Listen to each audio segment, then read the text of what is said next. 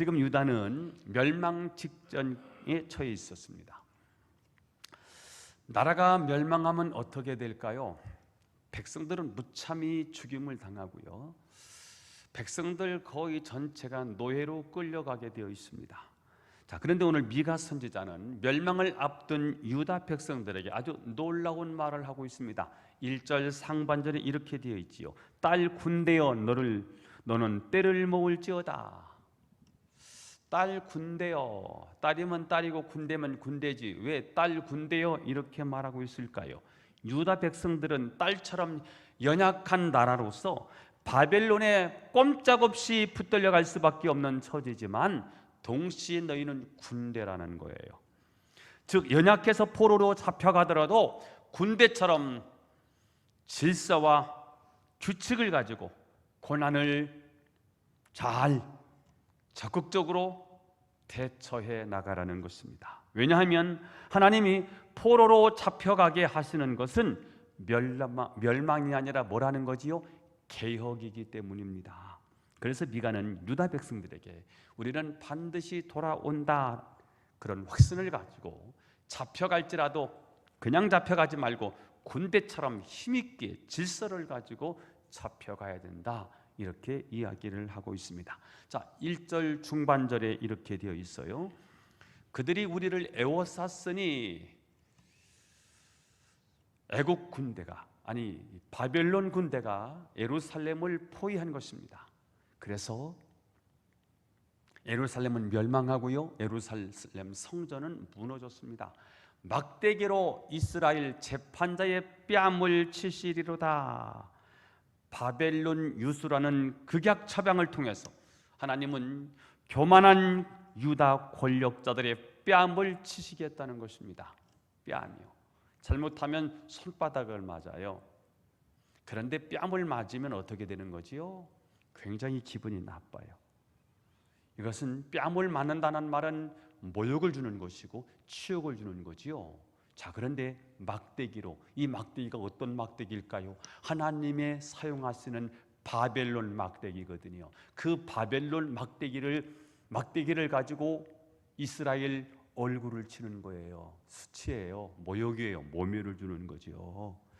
유다 지도자들은 우리의 본성을 그대로 보여주고 있습니다.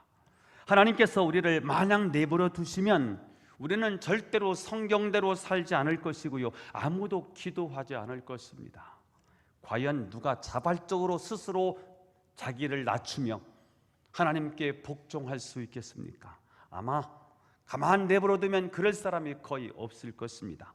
그래서 하나님은 직접 우리를 낮추시는 것입니다. 우리의 직장을 가져가기도 하시고 우리의 집을 가져가기도 하시고 우리의 건강을 가져가심으로써 우리를 낮추시는 것입니다. 그것도 100만 원, 200만 원 정도로는 절대로 회개하지 않습니다. 뾰루지를 나든지 이에 충치가 생기는 정도를 가지고는 기도할 생각조차 하지 않습니다. 그래서 하나님은 바벨론 유수에 해당하는 결정타를 때려야 우리 몸에 폐암이든지 간암이든지 우암이든지 암덩어리를 몇 개씩 집어넣어야 그제서 겸손해지고 하나님 앞에 나와서 기도하기 시작하더라는 거예요. 그래서 하나님은 유다 백성들이 회개하고 돌아오도록 바벨론 포로, 바벨론 유수와 같은 극약 처방을 하시는 것입니다. 자, 오늘 또 두 가지 말씀을 나눌 것인데요, 하나님께서 유다 백성들을 바벨론으로 옮기시는 진짜 이유가 무엇일까? 유다 백성들은 신앙적으로 굉장히 무너져 있었습니다. 예배가 없는 게 아니에요. 예배가 있어요. 마음이 없는 예배를 드리는 거예요. 제사를 드리는데 제사를 드리지 않는 게 아니에요. 삶의 중심을 담지 않는 예배인 거예요. 예배를 드리는데 그냥 앉아 있어요. 내 중심을 하나님께 드리지를 못해요. 생각은 다 딴 데가 있어요. 세상으로 가 있는 거예요. 이걸 사람들은 잘 몰라요. 누가 아십니까? 하나님이 아시는 거예요. 여러분, 예배는 우리가 드리는 게 중요한 게 아니에요. 예배는 하나님이 받으시는 게 중요한 거예요. 예배를 100번 드리고 1000번 드리면 뭐합니까? 하나님이 안 받으시는데, 중요한 것은 우리가 예배를 드리는 것이 아니라 우리 예배를 하나님이 받으시는 게 중요한 거예요. 지금 유다 백성들은 예배를 드리는데 하나님이 받지 않으세요. 피 묻은 예배를 받지 않겠대요. 걸티에만 드리는 예배, 형식적인 예배, 습관적으로 드리는 예배, 그냥 앉아있는데 마음이 없는 예배, 건성건성으로 드리는 예배, 생각은 다른 곳에 가 있고 중심이 사라져 있는 예배, 그런 예배를 하나님이 받지 않으시겠다는 거예요. 그런데 이 사실을 백성들이 몰라. 예배 드렸잖아요. 우리가 열심히 하면 그 열심히 하는 것을 하나님이 받으신다고 착각을 하는 거예요. 여러분, 열심도 중요하지만 열심보다 더 중요한 게 뭘까요? 하나님이 받으시는 열심이냐는 거예요. 하나님 없는 열심, 그게 사도 바울 아닙니까? 예수님 만나기 전에 열심히 했어요. 그런데 그것이 다 하나님을 그르치는 일이었어요. 복음을 가로막는 일이었던 거예요. 여러분, 열심보다 더 중요한 게 뭔지 아십니까? 우리가 하나님의 마음으로, 하나님 뜻대로 우리가 사는 것, 그렇게 예배드리는 것, 그것이 중요한 줄로 믿습니다. 아멘. 그런데 이들이 선지자가 말을 하는데도요, 목사가 말을 하는데도요, 말귀를 못 알아들어요. 아니, 이율 배반적인 삶을 계속 사는 거예요. 이러다가는 이들이 다 지옥 갈 것 같은 거예요. 그래서 이 백성을 하나님이 바벨론으로 포로로 옮기기로 작정하신 거예요. 이유가 뭘까요? 진짜 목자를 주시려고 한다는 거예요. 여기에 초점을 맞추고 오늘 함께 말씀을 나누려고 합니다. 자, 유다의 멸망은 그러니까 멸망이 아니라 해사에 새 주인이 오듯이 나쁜 목자를 물러가게 하고 새 목자를 주시겠다는 것입니다. 자, 그러면 새 목자가 누구일까요? 아수르 왕이나 바벨론 왕 같은 그런 세상 왕을 말하지 않아요. 그러면 누구를 말할까요? 2절에 답이 나와요. 세상 왕은 안 된다는 거죠. 시작. 베들레헴 에브라다야, 너는 유다 족속 중에 작을지라도 이스라엘을 다스린 자가 내게서 내게로 나올 것이라. 그의 근본은 상고에 영원에 있느니라. 자, 지금까지 이스라엘을 다스리던 목자는 다 사꾼이고 가짜였어요. 하나님은 그 가짜 목자들을 다 막대기로 쳐서 멸망시키고 진짜 목자를 보내시겠다는 것입니다. 자, 그런데 여기서 중요한 것은 이 목자가 유다 고을에서 가장 작은 베들레헴에서 태어날 것을 예언하고 있습니다. 자, 그런데 놀랍게도 이 예언은 예수님께서 베들레헴에 탄생하심으로써 이 예언이 성취되는 거지요. 2절 중반절을 한번 읽어볼까요? 2절 중반절, 이스라엘을 다스릴 자가 내게서 내게로 나올 것이다. 이 말을 어떤 학자가 내게서 내게로 나온다? 나를 위해서 나올 것이다, 이렇게 해석을 했어요. 즉 이스라엘을 다스릴 자가 하나님을 위해서 태어날 것이다 라고 말씀을 한 것입니다. 그동안 이스라엘을 다스렸던 통치자들은 하나님을 위해서 태어나지 않고 자기 자신을 위해서 태어났어요. 그동안 이스라엘 다스렸던 모든 자들이 다 그런 거예요. 자기 욕심이에요. 자기 명예, 자기 유명, 자기 영광이었어요. 유대인들은 그들도 마찬가지였어요. 우리를 위해서, 나를 위해서 저 아수르를 물리쳐줄 메시아, 저 바벨론과 싸워서 바벨론을 물리쳐줄 그런 메시아를 기다렸어요. 그러니까 유대인들이 꿈꿨던 메시아는 가짜예요. 장수, 장군들, 이런 광개토 왕 같은, 시저 같은 그런 왕을 기대했어요. 여러분, 유대인들이 왜 예수님을 십자가에 못 박혀 죽였을까요? 자기들이 생각한 메시아가 아니었기 때문이에요. 그들이 생각한 메시아는 힘이 있고 배경 좋고 인물 좋고 괴력이 있는 그런 메시아였지만 예수님은 그런 분이 아니셨습니다. 예수님은 철저히 하나님을 위하여 이스라엘을 다스리기 위해서 이 땅에 오셨어요. 그렇게 하기 위해서 어떻게 해야 될까요? 그는 실로 우리의 죄를 위해서 우리의 칠고를 치고 고난을 당하셔야 하는 것입니다. 그가 우리의 죄값을 갚기 위해서 자기의 몸을 십자가에 매달아야 합니다. 이것이 유대인들의 생각과 너무나 달랐어요. 그래서 그들은 예수님이 필요 없어요. 그 예수를 십자가에 못 박으라고 소리를 치른 것입니다. 우리도 예수님을 무조건 나를 도와주고 무조건 내 편이 될 거야. 여러분, 그런 착각, 그런 교만이 어디 있습니까? 왜 예수님이 내 편이 되어야지요? 내가 예수님 편이 되어야 되는 거죠. 그런데 우리는 내 입장을 바꿀 마음이 전혀 없어요. 여전히 내 욕심만을 위해서 예수님이 내 편이 되어주기를 원하는 거예요. 어린아이를 우리가 키워봤잖아요. 애가 때를 써요. 그냥 끝까지 바둑바둑 울면서 그거 달래요. 그걸 주면 애 싸가지 없어져요. 그거 버릇 고쳐야 되거든요. 애는 끝까지 달래요. 그거 고쳐야 돼요.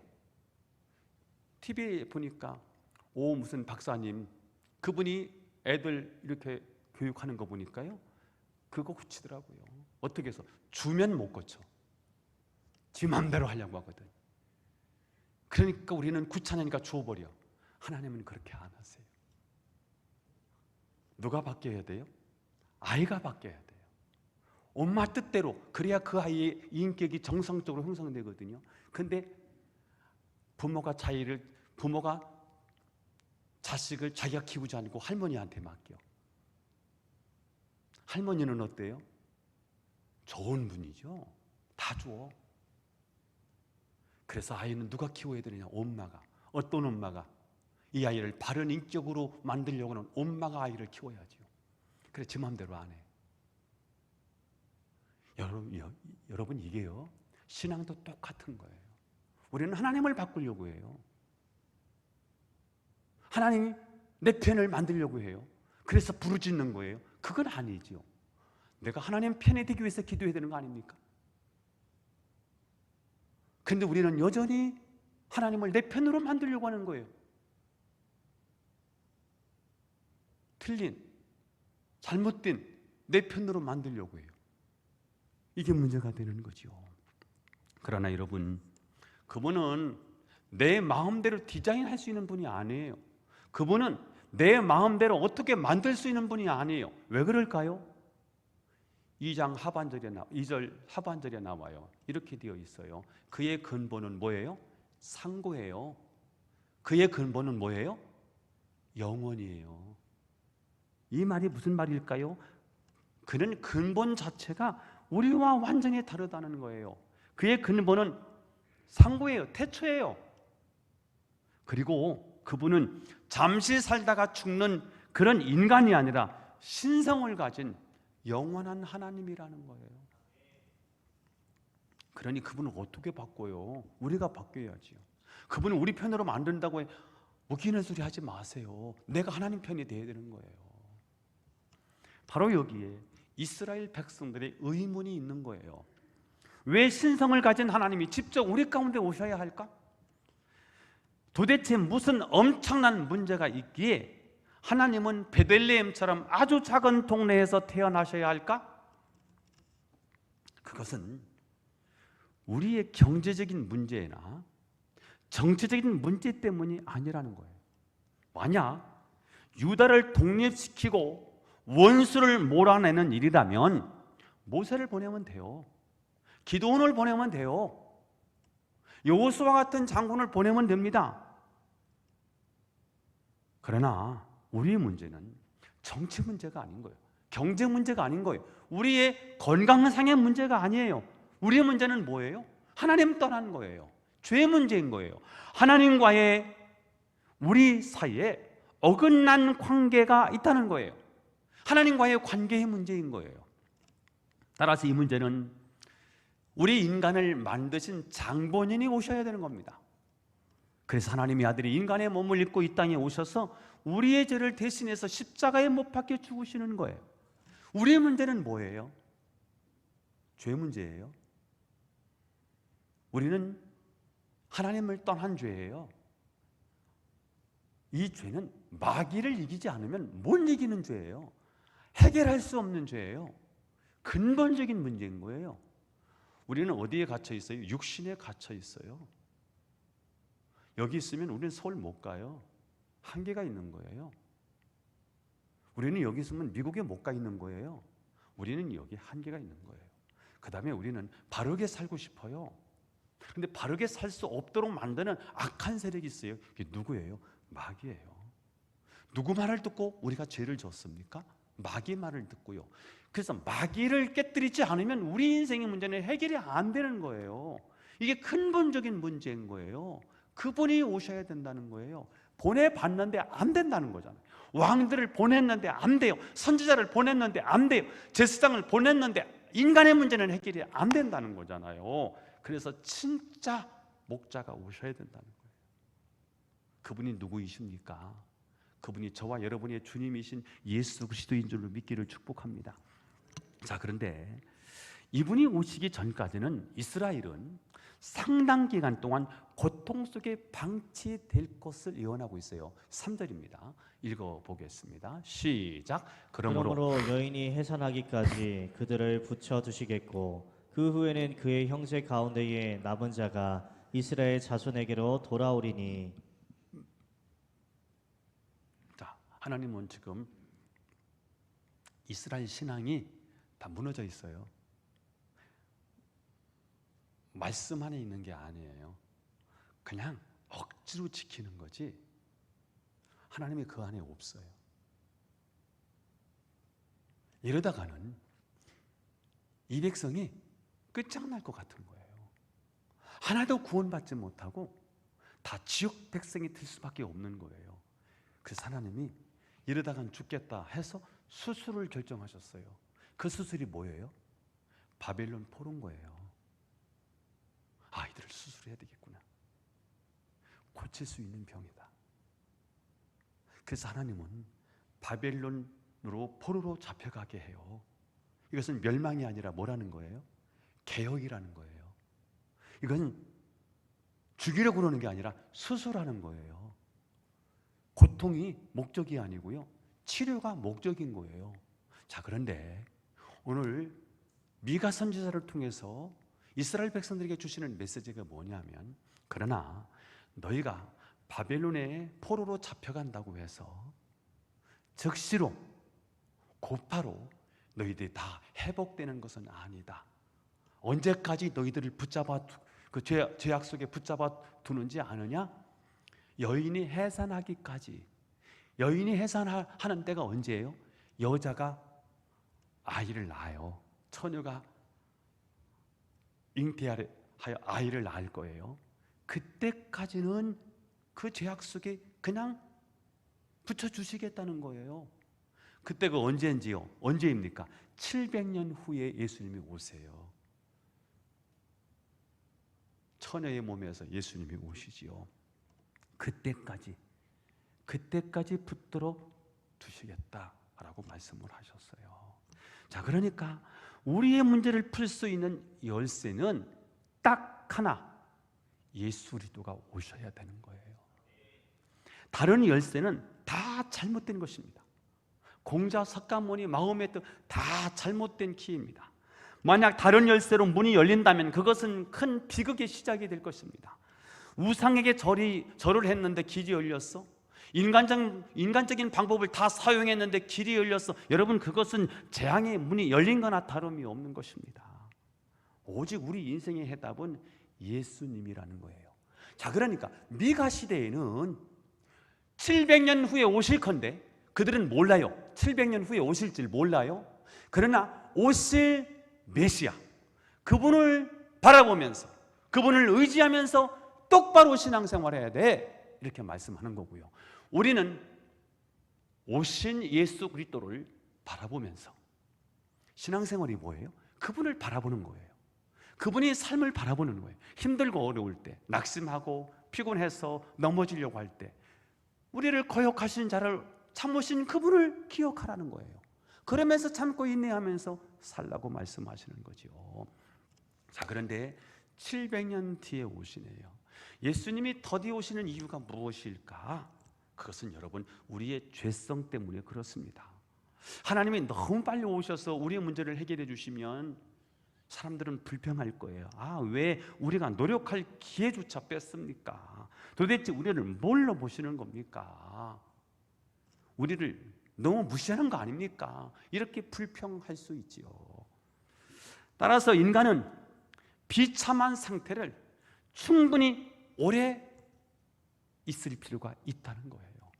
그래서 자신의 무능함과 비참함을 충분히 깨달을 수 있는 기간이 절대적으로 필요하더라는 거예요.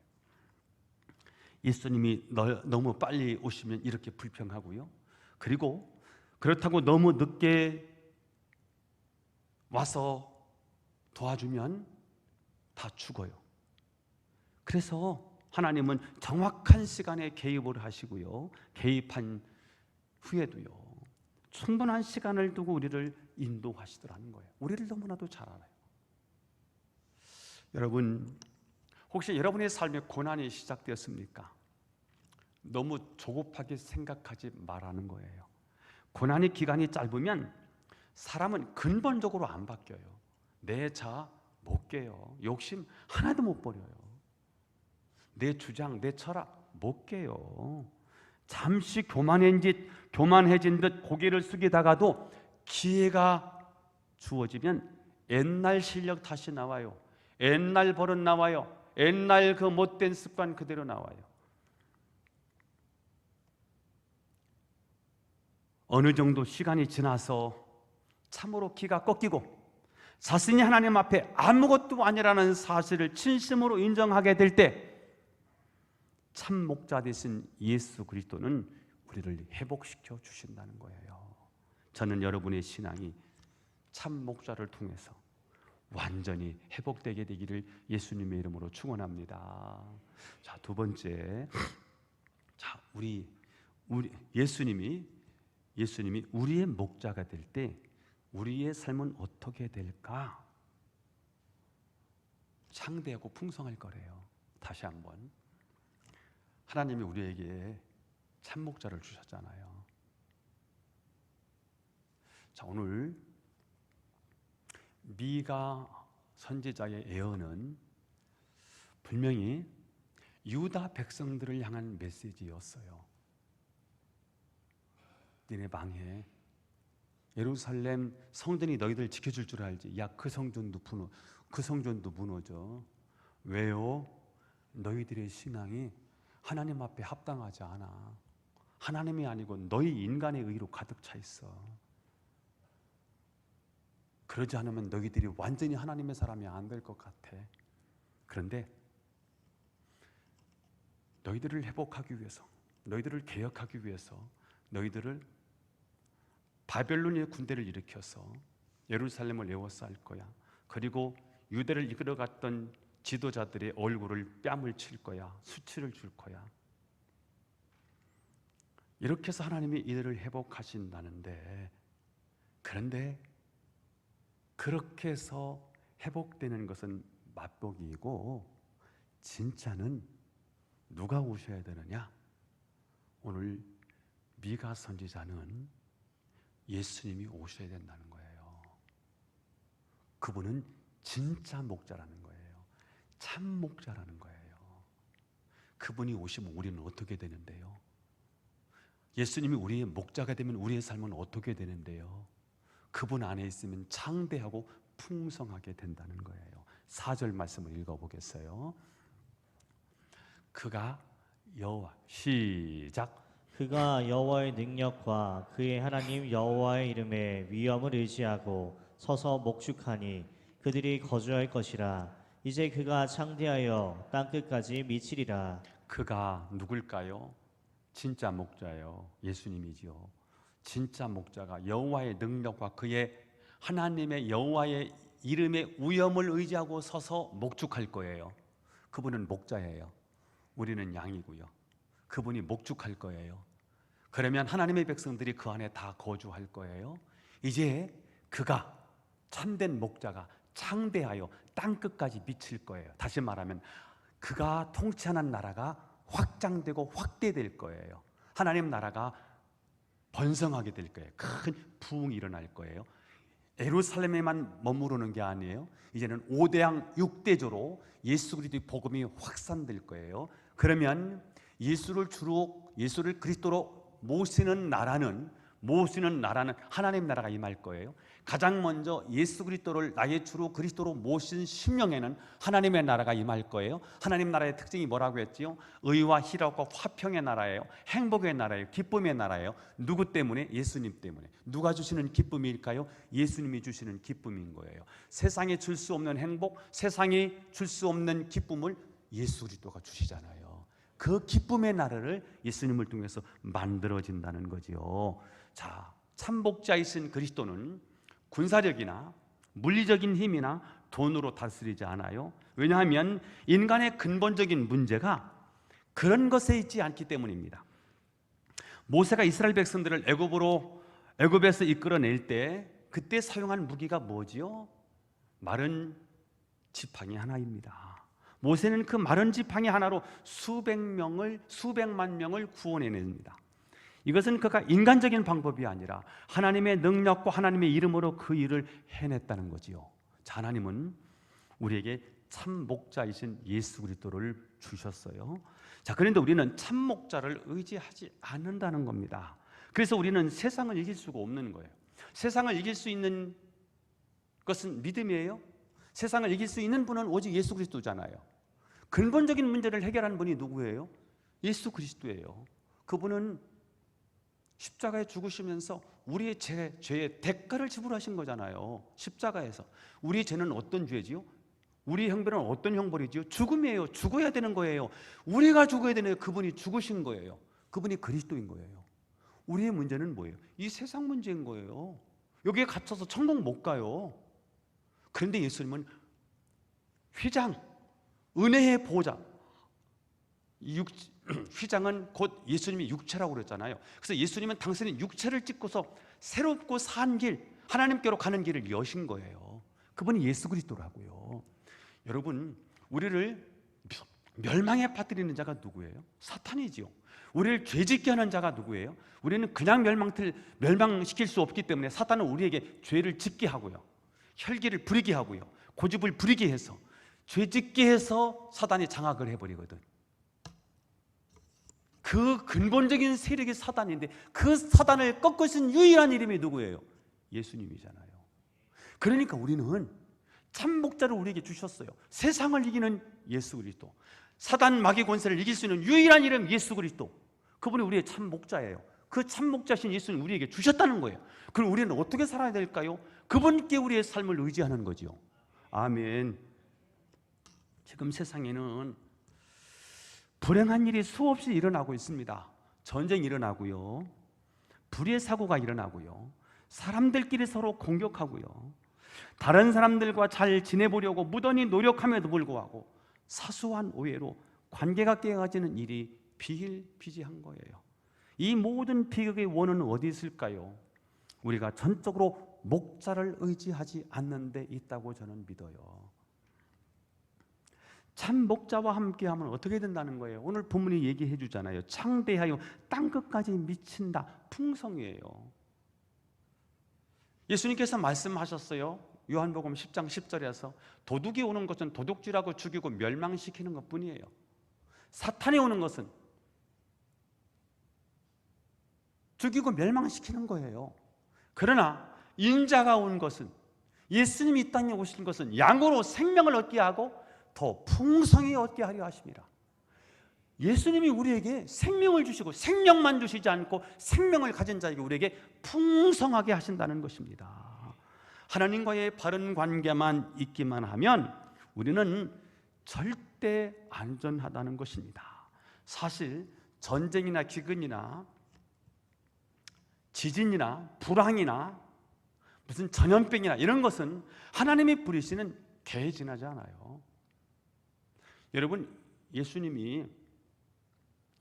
하나님께서 이스라엘 백성들을 애굽에서 건져낼 때 그때 사용한 게 뭐예요? 우리가 보면 하찮은 거예요. 별것도 아닌 거예요. 파리가 무슨 무기예요? 이가 무슨 무기가 될 수 있습니까?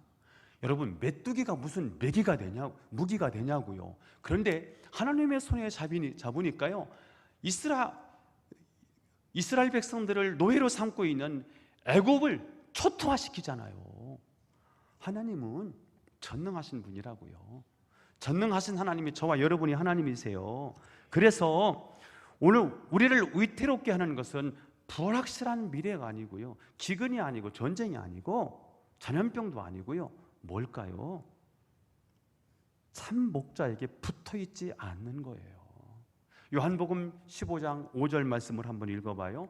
시작. 나는 포도나무여 너희는 가지라. 그가 내 안에 내가 그 안에 거하면 사람이 열매를 많이 맺나니 나를 떠나서는 너희가 아무것도 할 수 없습니다.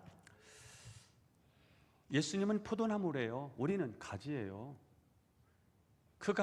주님이 내 안에, 내가 주님 안에 거하면 사람이 많은 열매를 맺어요. 주님을 떠나서는 우리가 아무것도 할 수 없다는 거예요. 자, 그러면 신앙생활이 뭘까요? 예수님께 붙어 있는 거예요. 우리가 누구입니까? 우리는 우리의 정체성을 분명히 하세요. 우리는 포도나무가 아니에요. 우리는 가지인 거예요. 이 가지는 열매를 맺습니다. 그런데 이 열매는 가지의 능력이 아닌 거예요. 포도나무가 열매를 맺게 하는 거예요. 그럼 우리가 해야 할 일이 뭐예요? 우리가 열매를 맺는 게 아니니까. 나중에 보니까 열매가 맺혔네? 이렇게 풍성한 열매가 맺혔네? 알고 보니까 우리의 능력이 아닌 거예요. 우리 열심이 아니었던 거예요. 누가 하신 거예요? 포도나무이신 예수님이 하신 거예요. 그럼 우리가 해야 할 일이 뭐예요? 없어요. 붙어있기만 하면 되는 거예요. 예수님과 친밀하게 붙어있기만 하면 되는 거예요. 그러니까 신앙의 세례는 뭐냐면 붙어있기 위한 싸움이더라고요. 붙어있는데 쉽지 않아요. 세상에 왜 이렇게 유혹이 많아요? 먹을 게 왜 이렇게 많고요? 재미있는 게 왜 이렇게 많아요? 교회 하면 재미도 하나 없고 딱딱한 설교를 들어야 되는데 세상에 나가면 왜 이렇게 재미있어요? TV 앞에 있으면 드라마에 한번 빠지고 나면요, 하나님의 생각 요만큼도 안 나. 세상이 왜 이렇게 좋아졌어요? 사람들은 경제가 부흥하면 신앙도 좋을 거라고 생각했는데 정반대예요. 없으니까 힘들어서 하나님께 매달렸는데 지금은 돈이 하나님인데요. 먹을 게 가득해요. 의지할 만한 게 너무 많아요. 이게 오늘 이 시대에 살고 있어요. 그럼에도 불구하고 우리 그리스도인들은 이 세상을 지향하지 않아요. 이 세상은 끝이 오면 끝나는 거지만 우리가 지향하는 목표는, 우리의 타겟은요, 하나님 나라인 거예요. 영원히 사는 하나님의 나라인 거예요. 우리는 그 나라를 바라보고 살기 때문에 이 세상에 유혹이 찾아오더라도 우리는 하나님 그분을 바라보면서 신앙생활을 철저하게 해야 되는 거예요. 그러려고 하니까 붙어있기 싸움인 거예요. 어떻게 하면 내가 포도나무에 붙어 있을까? 가지인 내가 열매가 풍성히 맺히기를 원하는데 어떻게 하면 풍성한 열매를 맺힐 수 있을까? 포도나무에 붙어 있는 거예요. 예수님께 붙어 있는 거예요. 그 싸움인 거예요. 그래서 부지런히 예배당에 나오는 거고요, 성경 읽는 거고요, 순종해 보는 거고요, 주의를 헌신해 보는 거고. 왜요? 붙어 있는 거예요. 주님께 붙어 있기만 하면 우리의 삶은 창대하고 풍성해진다는 거예요. 저는 여러분이 주님과 함께 있으므로 창대하고 풍성한 복을 누리게 되기를 주 예수님의 이름으로 축원합니다. 기도드리겠습니다. 하나님 아버지, 오늘도 우리를 사랑해 주셔서 말씀 듣게 하셔서 감사합니다. 하나님께서 유다 백성들을 바벨론으로 옮기시는 진짜 이유는 왕도 보내보고 선지자도 보내보고 제사장도 보내보았지만 진정한 행복을 주는 이는 진짜 참복자이신 예수 그리스도라는 사실을 이미 아시고 우리에게 독생자를 보내주셨다는 사실을 오늘 깨닫습니다. 우리가 붙들어야 될 분은 오직 예수 그리스도, 우리 문제의 모든 해결자는 예수 그리스도, 우리의 해답은 예수 그리스도인 것을 믿습니다. 예수님이 우리의 목자가 될 때 우리의 삶은 풍성해진다는 사실을 알았습니다. 이제 우리는 무엇을 해야 할 것인가 하는 것이 아니라 내가 어떻게 예수님께 붙어 있을까, 여기에 우리가 묵상하고 이를 위해서 기도하고 헌신하는 자들이 되게 하옵소서. 그래서 풍성한 하나님의 축복을 누리고 살아가는 종들이 되게 하옵소서. 예수님의 이름으로 기도하옵나이다. 아멘.